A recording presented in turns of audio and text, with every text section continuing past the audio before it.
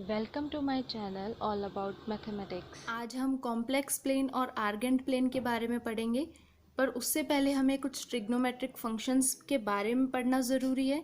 ठीक है, so for this consider a unit circle with centre origin.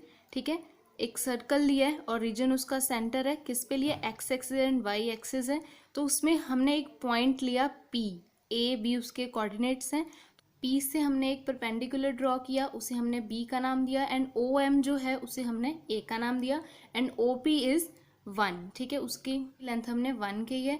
ठीक है, एंड द एंगल जो है एक्स ओ पी, इसे हमने एक्स रेडियन लिया, so the length of arc is x. ठीक है, एंड अब हम डिफाइन करेंगे कि जो ये ए है बेस, इसे हम कॉस एक्स के साथ डिफाइन करेंगे, एंड जो परपेंडिकुलर बी है उसे हम साइन एक्स के साथ डिफाइन करेंगे। तो यहाँ पे अब हम पाइथागोरस थ्योरम लगा देंगे।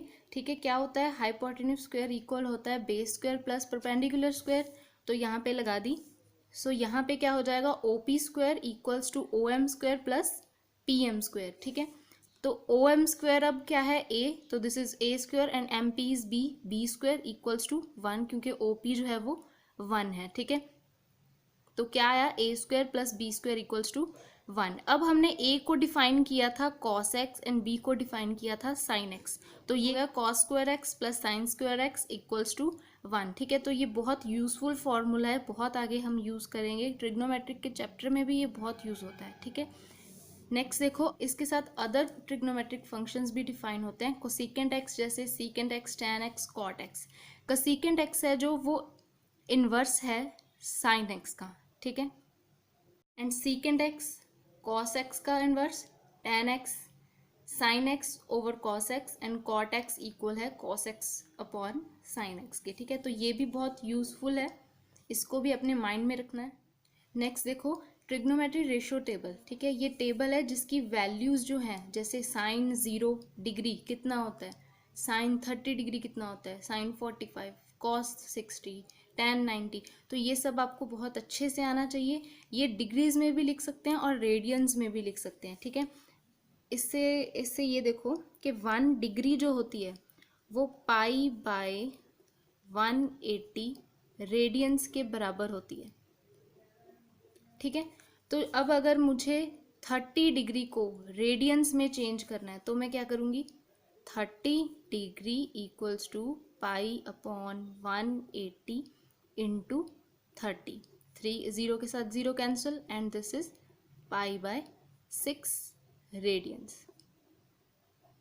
ठीक है, तो ऐसे हम डिग्री को रेडियंस में चेंज करते हैं।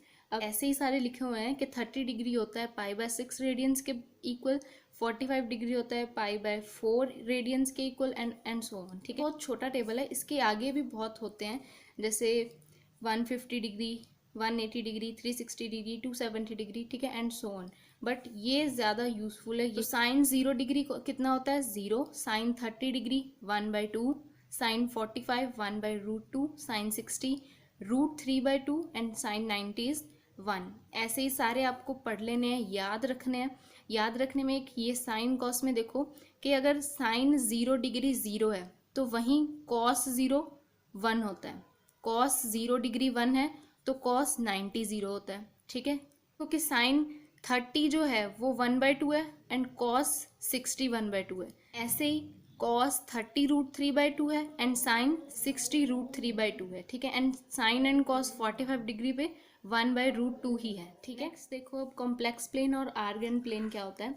ये एक्स एक्सिस और वाई एक्सिस पे जैसे पहले हमने किया था ट्रिग्नोमेट्रिक फंक्शन में, जैसे ड्रॉ किया था वैसे ही है। ये एक पी पॉइंट लिया है, एंगल इसमें थीटा दिया हुआ है, इस साइड को हमने एक्स बोला एंड परपेंडिकुलर साइड को वाई बोला है। ठीक है, एंड हाइपोटेन्यूज जैसे नॉर्मली निकालते हैं वैसे ही निकालेगा। हाइपोटेन्यूज क्या होगा, x square plus y square का रूट होगा, राइट। अच्छा, अब देखो, if we write x equals to r cos theta, x को हम आर कॉस थीटा बोले, एंड वाई परपेंडिकुलर साइड है जो, उसे हम क्या बोले, आर साइन थीटा। ठीक है, अच्छा, एक ये भी आपको पता होना चाहिए कि ये जो वाई एक्सिस हैं ये इमेजिनरी एक्सिस बोली जाती हैं, एंड कॉम्प्लेक्स प्लेन में ये इमेजिनरी एक्सिस हैं, एंड एक्स एक्सिस को हम रियल एक्सिस बोलेंगे, तब ये बोलते हैं इसको कॉम्प्लेक्स प्लेन है आप ये। ठीक है, अच्छा, अगर मैं एक जेड कॉम्प्लेक्स नंबर ले लूँ एंड x को क्या बोला है मैंने, r cos theta, and y क्या है, r sin थीटा, ठीक है। r कॉमन आ जाएगा, अंदर क्या रहेगा, cos theta plus iota sin theta. इस जो फॉर्मूला बन गया कि z equals to r cos theta plus iota sin theta, इसको बोलते हैं पोलर फॉर्म, ठीक है। कॉम्प्लेक्स नंबर को पोलर फॉर्म में लेके जाना है, तो ये हमें पता होना चाहिए, ठीक है। ये आगे पढ़ेंगे। नेक्स्ट देखो, अब इस पे हम पाइथागोरस लगा देंगे। पाइथागोरस क्या कहती है, O P square equals to O M square plus M P square, and O M square is x square, M P square is y square, and x and y की values हमने क्या लिखी है, r cos theta and r sine theta. तो r square cos square theta and r square sine square theta, ठीक है। And r square common आ जाएगा, क्या रह गया अंदर, cos square plus sine square theta, and cos square sine square theta की वैल्यू हमने पहले ही देखा है, पिछले में जो ट्रिग्नोमेट्रिक उसमें निकाला था हमने, cos square theta plus sine square theta is 1, ठीक है। तो इसकी वैल्यू 1 आ गई। सो ओ पी स्क्वायर इक्वल आ गया आर स्क्वायर के, ठीक है। तो ओ पी से क्या आ जाएगा, आर आ जाएगा, एंड ये जो आर आया है ओ पी, तो यही क्या है, मॉड जेड है, ठीक है। क्योंकि ओ पी स्क्वायर मतलब वो साइड को हमने क्या बोला था, मॉड जेड, तो ओ पी आर आ गया, आर मतलब मॉड जेड निकल गया। सो मॉड जेड क्या आ गया, आर आ गया, ठीक है।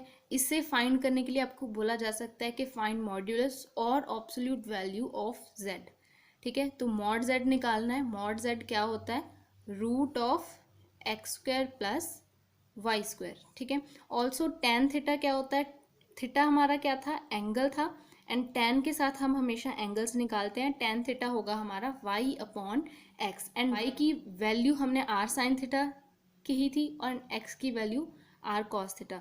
तो थीटा अगर हमने निकालना हो तो tan उधर जाके इन्वर्स बन जाएगा, तो आ गया theta is equals to tan inverse of y upon x, ठीक है। इसे हम एम्पलीट्यूड भी बोलते हैं एंड आर्ग्यूमेंट ऑफ z बोलते हैं, ठीक है। तो हमने दो फॉर्मूले यहाँ पे सीखे हैं, ये बहुत यूजफुल है, इसी से बहुत सारे सम्स अप निकलेंगे, ठीक है। आपको मॉड्यूलस ऑफ जेड निकालने के लिए बोला जा सकता है, आपको एम्पलीट्यूड एंड आर्ग्यूमेंट निकालने को बोला जा सकता है, ठीक है। नेक्स्ट देखो, represent complex number in complex plane, ठीक है। एक कॉम्प्लेक्स नंबर दिया होगा हमें, उससे हमने कॉम्प्लेक्स प्लेन में रिप्रेजेंट करना है, ठीक है। तो ये हमारा कॉम्प्लेक्स प्लेन रहा, ठीक है। ये हमारी रियल एक्सिस एंड ये हमारी इमेजिनरी एक्सिस, ठीक है। इमेजिनरी एक्सिस में हम पॉइंट्स को आयोटा के साथ भी डिनोट कर सकते हैं, जैसे आयोटा, 2 आयोटा, 3 आयोटा, 4 आयोटा, ठीक है। अब हमें इस कॉम्प्लेक्स नंबर को इस कॉम्प्लेक्स प्लेन में रिप्रेजेंट करने के लिए कहा गया है, ठीक है। अच्छा, हमें ये तो पता है कि ये क्या होता है, x प्लस आयोटा वाई होता है। इसका मतलब x की वैल्यू कितनी है, 1, तो हम x एक्सिस मतलब रियल एक्सिस पे कौन सा पॉइंट देखेंगे, 1, ठीक है। इधर से 1 हो गया, उसे हमने m का नाम दे दिया, ठीक है। ओरिजिन o हमारा रहा, एंड नेक्स्ट इधर y पे पॉइंट कितना है, 2, तो मतलब y एक्सिस इमेजिनरी एक्सिस पे मुझे लेना है 2 पॉइंट, तो दिस इज 1 एंड 2, तो यहाँ से 2 लिया एंड यहाँ से 1 लिया, तो ये हमारा आ गया P1,2 which is 1 plus 2 iota point, okay. Next देखो, अब ये पॉजिटिव प्लेन था, है ना, right, positive complex plane, and ये नेगेटिव, ठीक है, क्योंकि नीचे जैसे हम positive angle and negative angles बोलते हैं, ठीक है। अब पॉइंट क्या है, 5 माइनस 7 आएगा, तो 5 अब रियल एक्सिस पे है, तो 1 2 3 4 5 पॉइंट कर दिया इधर से, ठीक है।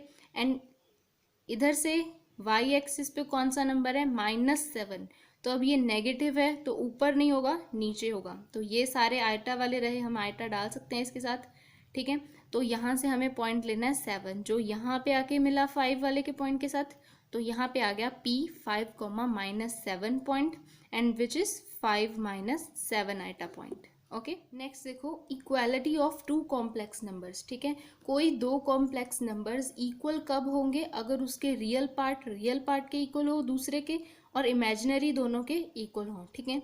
जैसे कि अब ये एक x1 y1 and x2 y2 2 point दिए हुए हैं, 2 कॉम्प्लेक्स नंबर्स दिए हुए हैं, तो ये इक्वल कब होंगे, जब x1 इक्वल होगा x2 के एंड y1 इक्वल होगा y2 के, तब हम बोलेंगे कि ये जो है 2 कॉम्प्लेक्स नंबर्स इक्वल हैं, ठीक है। अगर कोई कॉम्प्लेक्स नंबर 0 है तो उसका real part and imaginary part भी 0 होगा, दैट इज कि अगर a प्लस आइटा b 0 दिया हुआ है तो a 0 होगा एंड b भी 0 होगा, ठीक है। इसको हम यहाँ पे यूज करके सम करेंगे। कहा है कि find x and y when 2y+7+4-3x iota equal है 0 के। तो अब ये तो दिख रहा है कि ये क्या कौन सी फॉर्म है, a plus iota b equals to 0 form दी हुई है। ठीक है, तो हमने क्या देखा है कि अगर कोई कॉम्प्लेक्स नंबर 0 है तो इसका मतलब क्या है कि वो a भी 0 एंड b भी 0 है। तो ये हमारी a रही एंड ये हमारी b रही। तो हम लिख सकते हैं कि 2y+7 इक्वल्स टू 0 आ गया और इधर से 4-3x इक्वल्स टू 0 आ गया।